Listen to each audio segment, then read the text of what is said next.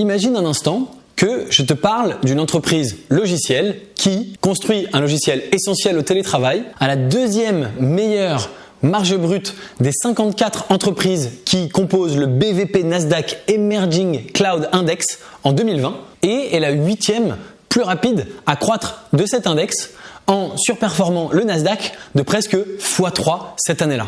Je suis sûr que tu me dirais quelque chose comme « Waouh, cette entreprise elle a l'air géniale, j'aimerais énormément en détenir, mais avec de telles performances, ça doit coûter hyper cher maintenant, j'ai dû la louper au début. » Et pourtant, cette boîte a presque tout le temps été en sous-performance au Nasdaq. Tu l'as peut-être deviné, cette société, c'est Slack. Après une arrivée remarquée sur les marchés publics en 2019, tout le monde semble avoir tourné le dos à Slack. À entendre la majorité des investisseurs américains, Slack ne serait qu'une autre de ces nombreuses startups américaines cotées en bourse qui tournent à perte. Une startup dont le destin unique serait de se faire écraser par Microsoft. Slack ne serait tout simplement pas assez bon pour tenir tête à Teams, la nouvelle fonctionnalité de Microsoft qui copie Slack et qui a été ajoutée à la suite Office 365. Pourtant, Slack a un énorme potentiel. Elle est reconnue comme étant l'une des startups B2B ayant eu la croissance la plus rapide au monde en atteignant 100 millions de dollars de revenus récurrents annuels en moins de 3 ans. Et au cours de sa première année sur les marchés publics, Slack a augmenté ses revenus de 49%, a augmenté sa marge brute de 8% et a réduit ses pertes opérationnelles de 360 millions à 68 millions de dollars. Enfin, elle a fait grossir ses flux de trésorerie de 19 millions de dollars en passant de moins 8 millions à plus 11 millions. Au-delà de tout ça, c'est une boîte qui a relevé le défi fou de rendre le travail presque amusant. Bref, c'est une vraie perle. D'ailleurs, si Slack était valorisé à la hauteur de ses résultats, eh bien l'action aurait dû s'échanger à un prix 75% supérieur au cours de l'année 2020. On peut imaginer que cette startup devrait pouvoir avoir le potentiel d'écraser Microsoft sur ce segment qu'elle a pratiquement créé. Alors quoi ? Est-ce que c'est les investisseurs qui ont raison ? Ou peut-être aurait-il tort ? Pas facile d'y voir clair dans ce fouillis. Mais personnellement, je pense que cette boîte n'a pas dit son dernier mot, qu'elle a encore des coups à jouer et qu'elle a les moyens de faire mentir ses détracteurs. Allez, c'est parti, on va voir ensemble, avec l'exemple de Slack, comment les marchés peuvent se tromper.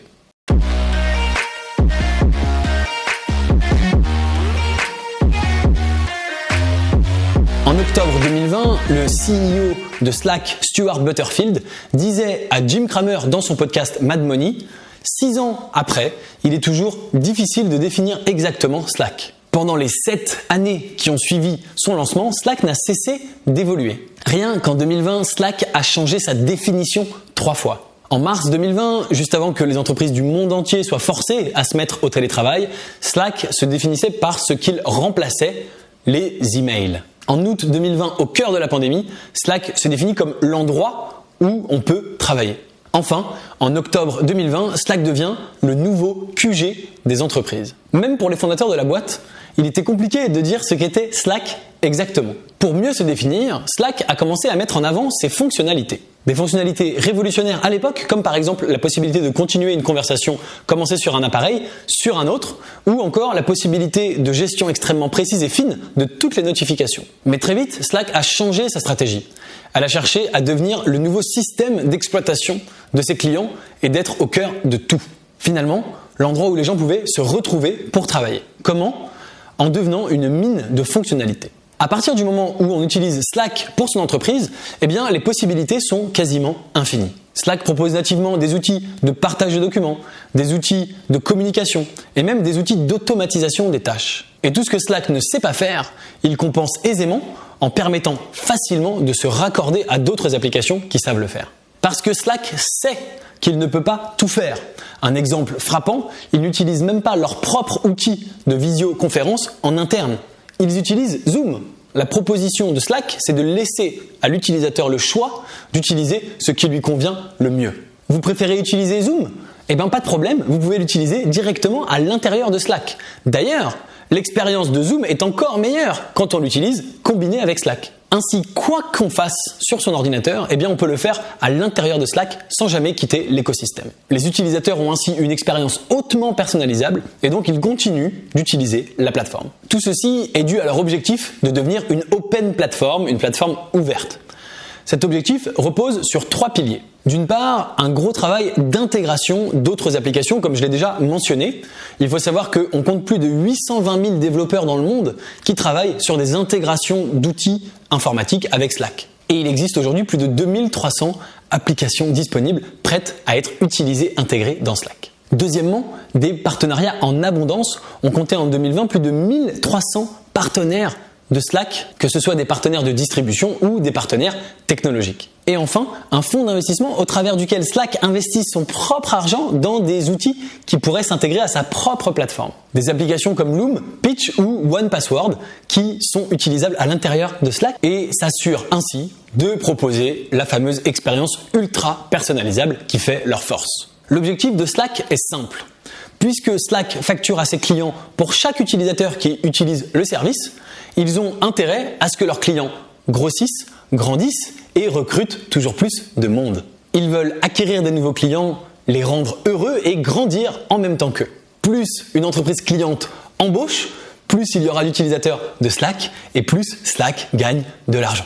Et ce système a fait ses preuves puisque au plus bas, Slack affichait un dollar net base retention de 125%, c'est-à-dire l'augmentation des revenus générés par les utilisateurs existants.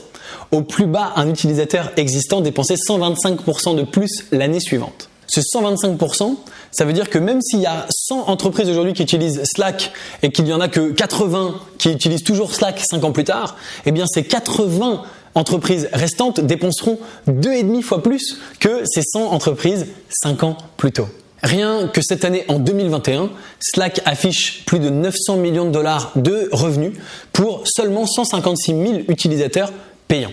Pourtant, après 7 ans d'évolution et de redéfinition, Slack n'était toujours pas rentable. À ce moment-là, les investisseurs ne voulaient plus acheter d'actions Slack et ont complètement abandonné le dossier. La faute, selon eux, à l'arrivée d'un concurrent qui serait bien trop gros pour Slack, Microsoft Teams.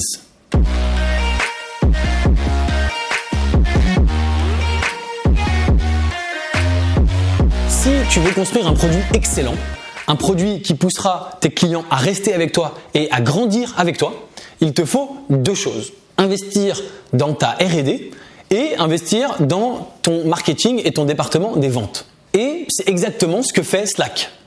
Mais ces dépenses veulent dire une autre chose. Slack n'est pas rentable.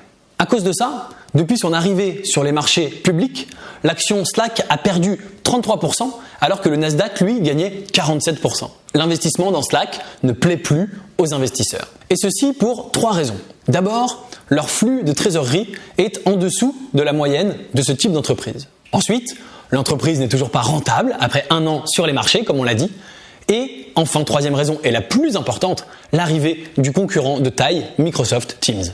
C'est simple, selon les investisseurs, à partir de l'arrivée de Microsoft Teams en 2017, Slack n'avait plus aucune chance. En même temps, on peut les comprendre, Teams est gratuit et il arrive préinstallé sur quasiment tous les ordinateurs Microsoft. Microsoft se paye même le luxe de faire en sorte que Teams s'ouvre automatiquement sur leur ordinateur lorsqu'on ouvre la suite Office. Et puis, on parle de Microsoft quand même.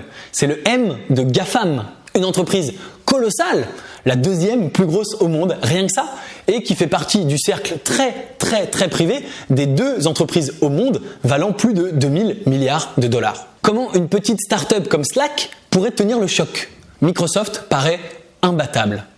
Et pourtant, Stuart Butterfield, le CEO de Slack, a souvent communiqué en disant que pour eux, pour Slack, Microsoft Teams était un non-problème. Selon lui, Slack n'aurait même jamais perdu de clients en faveur de Microsoft. Mais peu après ces déclarations, Slack déposait une plainte anti-monopole contre Microsoft. Elle disait que Microsoft avait illégalement lié Teams à leur suite Office, qui domine le marché. Le tout en l'installant d'office sur des millions d'ordinateurs et en empêchant la possibilité aux utilisateurs de le désinstaller. C'est exactement la même chose lorsque Microsoft installait par défaut son navigateur Internet Explorer sur tous les ordinateurs qu'il vendait.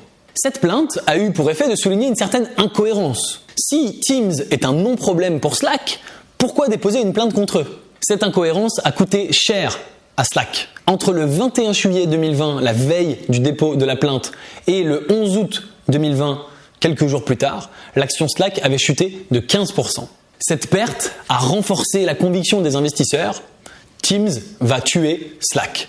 C'est simple, à chaque fois que Teams publiait des nouveaux résultats, l'action Slack chutait. Et à chaque fois que Slack publiait ses résultats, les investisseurs constataient des pertes. D'un côté, Teams est passé de 13 millions d'utilisateurs actifs quotidiens en juillet 2019 à 115 millions d'utilisateurs actifs quotidiens en octobre 2020. De l'autre, Slack annonce des pertes de la rétention des clients, passant de 132% à 125%. Tout ce que les investisseurs y voient, c'est que Slack se fait voler ses clients par Teams. Mais si les investisseurs et le marché se trompaient dans l'interprétation de ces chiffres, et s'ils ne voyaient que ce qu'ils voulaient voir, tu le sais, on peut faire dire aux chiffres absolument ce que l'on veut. Et forcément, quand notre analyse initiale est biaisée, eh bien, les résultats que l'on tire des chiffres l'est aussi. Et si je te disais qu'en y regardant de plus près, on peut s'apercevoir que Stuart Butterfield avait raison. Teams est vraiment un non-problème pour Slack.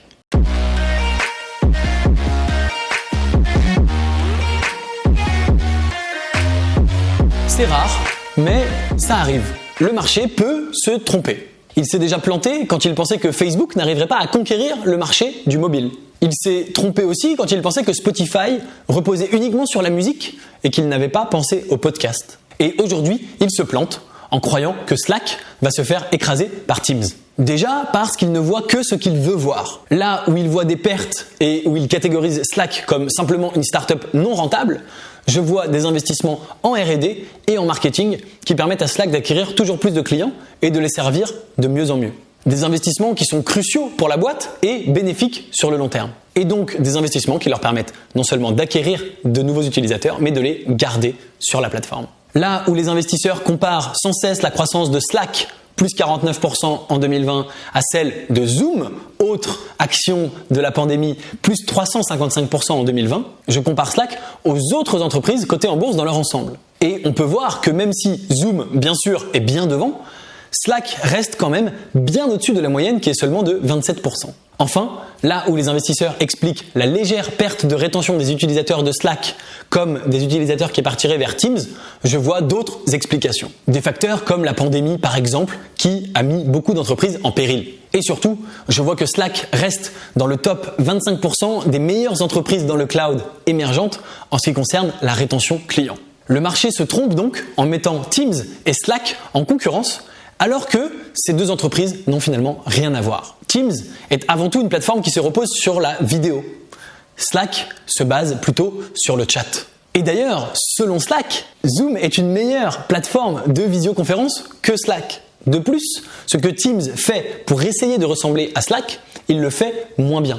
Par exemple, Teams limite le nombre de canaux possibles à créer, bien en dessous des besoins de la plupart des entreprises. Slack est bien plus permissif. Les deux entreprises sont sur un marché bien différent et la plupart du temps, la présence de l'un n'influe pas sur la présence de l'autre. Un nouveau client pour Teams n'est pas nécessairement un client perdu pour Slack. Il y a de nombreux exemples et Stuart Butterfield lui-même confie que la plupart des gros clients qui utilisent Slack utilisent aussi Teams à côté. Il n'y a qu'à voir, depuis l'arrivée de Teams sur le marché, Slack a multiplié ses revenus par 3. Tripler ses revenus, est-ce que c'est l'attitude d'une entreprise qui va vers la faillite ? Est-ce que c'est à ça que ressemble une entreprise qui se fait voler tous ses clients ? Il y a d'ailleurs une autre raison qui explique pourquoi Teams gagne autant de clients aussi rapidement. La plupart du temps, Teams convertit ses clients Microsoft déjà existants. C'est beaucoup plus facile, comme tu le sais, de convertir des clients déjà existants que d'acquérir de nouveaux clients. D'ailleurs, aujourd'hui, les utilisateurs de Teams représentent encore moins de la moitié des clients totaux utilisateurs de la suite Office. Donc, quand on convertit ces clients existants et qu'on a une base de clients initiale aussi colossale, évidemment, c'est facile d'afficher des chiffres de croissance aussi rapides. Pour tout te dire, je suis certain que Slack a encore un bel avenir. Et pour en avoir la preuve, il suffit de regarder qui parle de Slack et qui utilise Slack au quotidien. Slack est la plateforme préférée des ingénieurs et des entrepreneurs. Et à ton avis, qui sont les gens qui façonnent les entreprises de demain? Eh bien oui, ce sont ces gens-là. Comme le dit si bien la définition actuelle de Slack, Slack is where the future works. Il n'y a qu'à voir qui sont les plus gros clients de Slack actuellement: Uber, Netflix, Twitter, Airbnb, etc. C'est tout simplement la plateforme préférée des plus grosses startups de notre époque. Et comme ces startups grossissent, eh bien le portefeuille client de Slack est comme un bon portfolio qui va continuer à grossir avec le temps. Ces startups vont continuer à grossir et vont emmener Slack au top avec elles.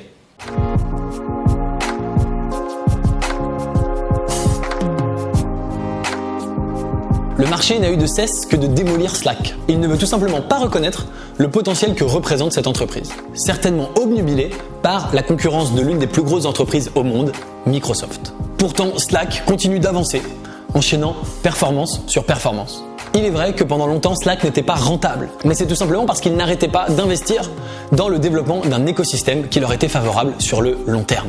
Aujourd'hui, Slack continue de grossir et s'est adossé à Salesforce qui avait compris tout ça avant tout le monde et l'a racheté pour 28 milliards de dollars. Et crois-moi, à 28 milliards, Salesforce a fait une affaire, car Slack n'a pas fini de grandir. Voilà ce que tu viens de voir ici, c'est une analyse de start-up, son potentiel, ses faiblesses, le marché environnant. Rien ne doit être laissé au hasard pour te permettre de dénicher les meilleures opportunités d'investissement. Grâce à de telles analyses, on peut réussir à faire mentir le marché et surtout dénicher les futurs champions de demain. Des analyses comme celle-ci, j'en effectue tous les jours au sein du club Léonis Investissement, mais pas pour des boîtes cotées en bourse, mais pour des toutes petites startups de la Silicon Valley. Le but est simple, trouver les futures pépites pour pouvoir investir dedans quand elles sont encore toutes petites avant qu'elles n'explosent. C'est en faisant ça qu'on peut prétendre à des retours sur investissement qui multiplient notre mise initiale par 10, par 100 et même par 1000. Si toi aussi tu veux pouvoir faire mentir le marché et investir sur les prochains géants avant tout le monde, tu peux rejoindre le club privé Léonis Investissement. Ce club privé te permet d'investir avec moi à partir de seulement 2 500 € dans des startups à très fort potentiel issus du Y Combinator, le plus grand incubateur de startups du monde, et au sein d'une communauté d'investisseurs. Pour avoir plus d'informations sur le club privé Léonis Investissement, clique sur le lien dans la description.